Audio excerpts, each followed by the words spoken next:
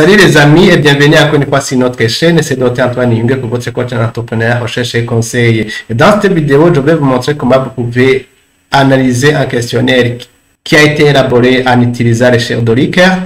Les chaires de Likert est largement utilisé dans les recherches car ça vous permet de collecter les attitudes, les opinions ou les perceptions des individus par rapport au sujet ou des questions qui vous intéressent. Alors ici, dans cette vidéo, je vais vous montrer comment vous pouvez calculer la fréquence absolue, qui n'est rien d'autre que juste l'occurrence des nombres. Et puis, je vais vous montrer comment calculer la fréquence relative, qui n'est rien d'autre que le nombre ou l'occurrence divisé par le total des observations. Et puis, je vais vous montrer comment vous pouvez réaliser la visualisation en utilisant le diagramme à balles ou en utilisant ce qu'on appelle P-charts.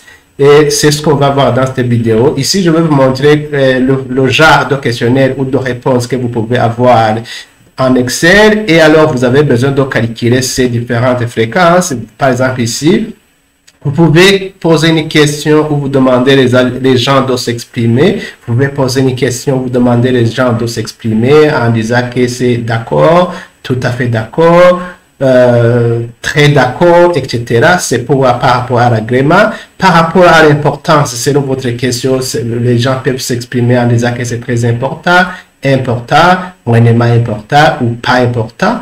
Et puis par rapport à la qualité aussi, vous pouvez poser une question où les gens sont appelés à se prononcer sur la qualité, où les gens peuvent répondre par exemple la qualité est excellente et bien, ou moyennement excellent, ou moyennement bien, ou la qualité médiocre, bonne, etc. Ou bien pour le cas de la satisfaction, les gens peuvent se prononcer par rapport à la satisfaction aussi en disant que les gens, une personne est très satisfaite, en répondant je suis très satisfait, moyennement satisfait, je suis satisfait, je ne suis pas du tout satisfait ou je ne suis pas satisfait. Donc ces genres de questions ont des formes diversifiées et il est important de savoir comment vous pouvez alors analyser chaque forme de Likert, de l'échelle de Likert quand vous utilisez EL. Donc je vais vous montrer juste une seule commande qui vous permet de calculer la fréquence absolue et une seule commande aussi qui vous permet de calculer la fréquence relative et le tout dans une seule commande. Et aussi je vais vous montrer comment vous pouvez réaliser la visualisation en utilisant les diagrammes à barres ou en utilisant ce qu'on appelle bar chart ou ce qu'on appelle pi ou diagramme, c'est sous forme de cercle, vous allez voir ça. Donc voilà, je vais vous montrer justement les données. Je vais importer les données d'AR. Et cette commande que vous voyez ici, justement, c'est pour indiquer là où nous avons stocké notre base de données. Je vais l'exécuter. Et puis, cette commande que vous voyez aussi, c'est pour importer alors les données que je viens de vous montrer qui étaient en Excel, mais transformées sous le format CSV dans l'environnement de travail RStudio. Et je vous rappelle que si c'est la première fois que vous voyez nos vidéos, je vous invite à vous abonner à notre chaîne et de liker, de partager notre chaîne. Nous avons produit plus de 220 vidéos pour justement contribuer dans l'éducation au monde et notre intention est de partager le maximum de connaissances en intégrant une nouvelle technologie. Voilà, je peux vous montrer les éléments d'en-tête si je veux visualiser les 6 premiers éléments. Voilà comment se présentent les 6 premiers éléments de notre questionnaire. Voilà, c'est ça, justement, c'est ça que je viens de vous montrer. Ça, c'est le nom de la variable, nom de la première question, ça, c'est le nom de la première question, nom de la deuxième question, nom de la troisième question et le nom de la quatrième question. Donc, c'est ça, justement, que nous venons de vous montrer en Excel. Donc, c'est pour nous assurer que les données ont été correctement importées, telles que nous les avons en Excel, mais sous format CSV. Donc, voilà. Alors, après avoir vu que les données sont correctement importées, je peux analyser la structure, par exemple. Je peux faire str Likert pour analyser la structure de mes données. Voilà. Ça, c'est une fonction qui me permet de voir la structure de mes variables. Ici, vous voyez que nous avons 248 observations avec 4 variables. Donc, vous voyez que les variables sont de type caractère ou caractère, chaîne de caractère, voilà. Et puis, après avoir fait ça, nous pouvons alors vous montrer, avant de réaliser justement l'analyse, vous devez avoir la librairie dplyr. Si vous ne l'avez pas, vous devez l'installer en passant par Tools, Install Packages et vous tapez le nom de dplyr. Si vous êtes connecté, vous faites installer ou install, c'est en anglais. Donc je vais appeler la librairie dplyr dans l'environnement de travail. Après avoir appelé la librairie dplyr dans l'environnement de travail, qu'est-ce qu'on va faire? Je vais vous expliquer la commande. Alors, qui va faire et la commande qui va calculer et la fréquence absolue et la commande qui va calculer en même temps la fréquence relative. Donc, ici, vous voyez que c'est là où nous avons stocké notre base de données. Vous voyez ici, quand vous regardez ici. Voilà. Vous voyez ici. Voilà. Vous voyez que c'est là où j'ai stocké ma base de données. Et puis ici, si je vais calculer uniquement pour la première question, vous voyez que je vais uniquement calculer pour la première question en utilisant agreement. Parce que le nom de la variable, la première question, c'était agreement, mais vous pouvez mettre question numéro 1, question numéro 2, ou bien vous pouvez écrire l'ensemble de la question, donc ça va dépendre de vous. Ici, c'est le nom, il faut juste donner le nom de la variable que vous voulez grouper, parce que vous pouvez faire pour plusieurs variables. Donc voilà, ici, alors c'est la variable de groupement. Ici, je vais faire le summarize. Vous voyez que je vais compter d'abord le nombre par type de réponse. Ça veut dire, si ceux qui sont d'accord sur combien, ceux qui sont totalement d'accord sur le nombre de combien, ceux qui sont en désaccord sur le nombre de combien. Donc, c'est cette fonction-là qui me permettra alors de faire tout ça, ce comptage-là. Après avoir fait ce comptage, je vais alors calculer la fréquence relative. La fréquence relative, normalement, c'est le nombre qu'on aura compté pour chaque modalité. Pour, par exemple, ceux qui sont d'accord, divisé par le nombre d'observations. Et nous avons vu que le nombre d'observations était de 248. Donc, si, par exemple, pour le cas de totalement d'accord sont de 50, donc la fréquence relative sera de 50 divisé par 248. Donc, voilà. Et puis, alors, après ça, on va faire l'arrangement ou l'organisation par ordre décroissant, en commençant du plus grand au plus petit, mais je vais utiliser la fréquence relative. Donc, voilà, c'est cette commande-là que nous allons exécuter. Voilà, je vais sélectionner, je vais l'exécuter. Voilà, alors, après ça, je vais afficher les résultats. Voilà, je vais exécuter, plutôt, je vais afficher les résultats. Donc, voilà. Voilà, nous avons les résultats. Ici, vous voyez que pour la question, c'était agreement. Vous voyez que nous avons strongly agree.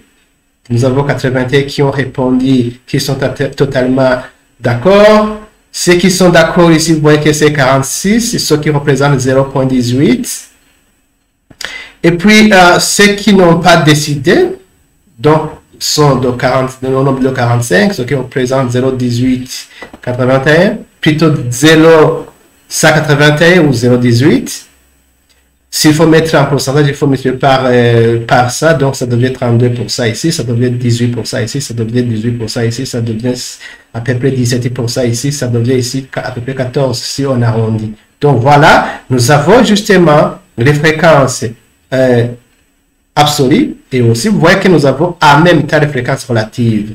Donc c'est ça nos max qu'il faut interpréter. On va ce tableau, quand vous êtes en train d'analyser un tel questionnaire, vous devez les présenter en même temps et commenter par rapport à ça. En disant par exemple que 32% des observations sont totalement d'accord, que 18% des gens interrogés sont d'accord et que 18% des gens interrogés n'ont pas ne se sont pas prononcés et que 17% sont totalement en désaccord et que 13% ou 14% ici sont en désaccord. Donc voilà, ce qui reste alors c'est de faire une visualisation. Ici, justement, vous savez que quand je fais la somme, on doit trouver.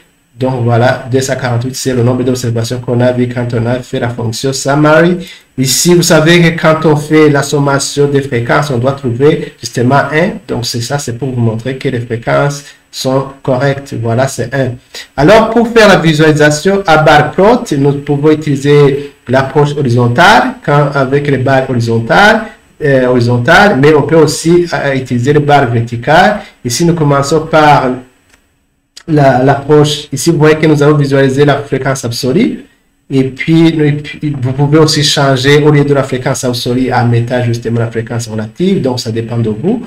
Et puis, ici, c'est le titre. Ça, c'est le XLab, le nom. Donc, comment on va appeler l'axe des ordonnées. Des abscisses plutôt, axe des abscisses. Si l'axe des ordonnées, on ne met rien, etc., etc. Ici, c'est pour que les différentes modalités soient présentes sur le graphique. Ça, c'est pour les couleurs. Et si ça, c'est pour montrer que nous voulons en oblique, plutôt en horizontal, les barres en horizontal. Si vous voulez en vertical, vous mettez fausse, et etc., etc. Et les autres, c'est pour les aspects de couleur, les aspects de taille, pour le cas des variables, etc. Donc, je vais exécuter cette commande, vous allez voir. Donc, vous pouvez arrêter et voir justement toute la commande. Il suffit juste de remplacer par vos variables. Voilà, je vais visualiser toute la commande. Voilà, normalement c'est celle-ci. Vous voyez que c'est ça, la commande c'est celle-ci. Voilà. Il suffit juste de remplacer. Ici, vous voyez que ce sont des couleurs pour l'axe des abscisses. C'est là où vous voyez collab. Vous voyez ça, collab, c'est ça. Le changement des couleurs ici, pour ça, vous voyez que 0,26 est en bleu, donc c'est ça. Call abscisse. C'est bleu, mais je peux mettre par exemple LED.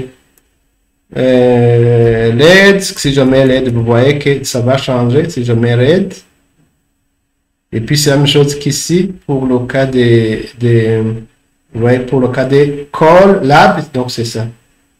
Vous voyez ça. Ça c'est pour les tailles ici, les tailles. Ça c'est pour changer les positions. Quand je mets par exemple ici, ça va augmenter. Si je mets par exemple 7. Vous allez voir ici comment ça va changer au niveau de ça, agree, etc.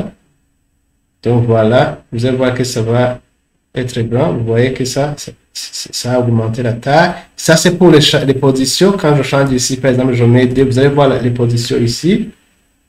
Je vais essayer de réduire ici. Ici, vous allez voir comment ces labels vont changer. Quand je mets ça, vous allez voir comment ça change. Donc, vous voyez que ça a changé. Regardez, ça a changé. Avant, c'était 1. Regardez, ici, c'était 1. Vous allez voir aussi comment ça va changer.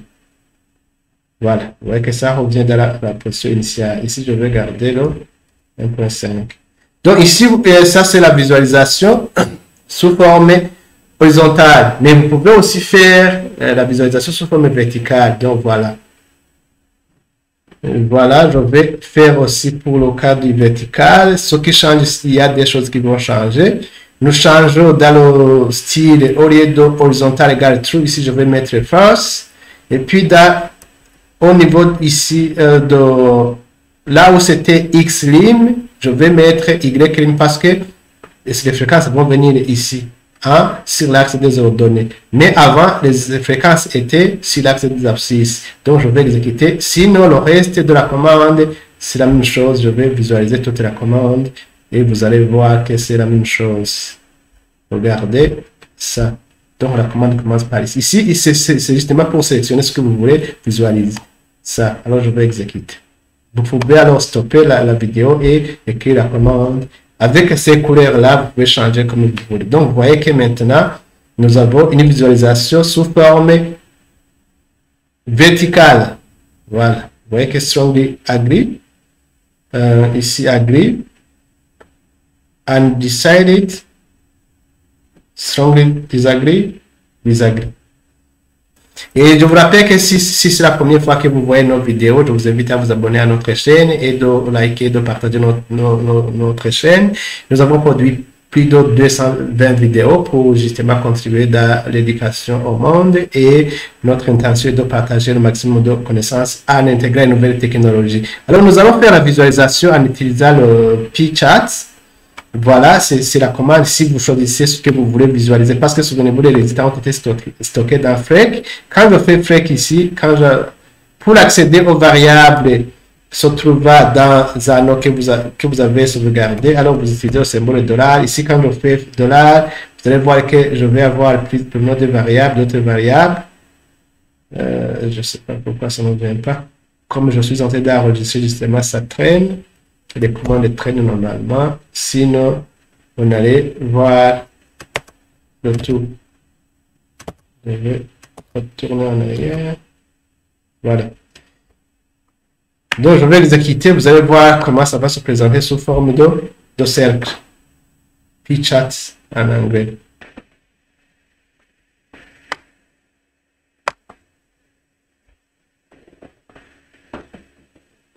Donc voilà le diagramme en barre de pi, de cercle. Donc voilà, il est ici. Voilà le résultat. Donc voilà les amis, c'était juste vous montrer comment vous pouvez réaliser et visualiser vos résultats si vous avez utilisé le share de Likert. Donc vous avez vu les commandes qui vous permettent de calculer les fréquences absolues et les fréquences relatives en même temps. Et vous avez vu comment réaliser la visualisation. Alors si vous avez aimé cette vidéo, n'hésitez pas de la liker, de la partager. À la prochaine vidéo. Bye.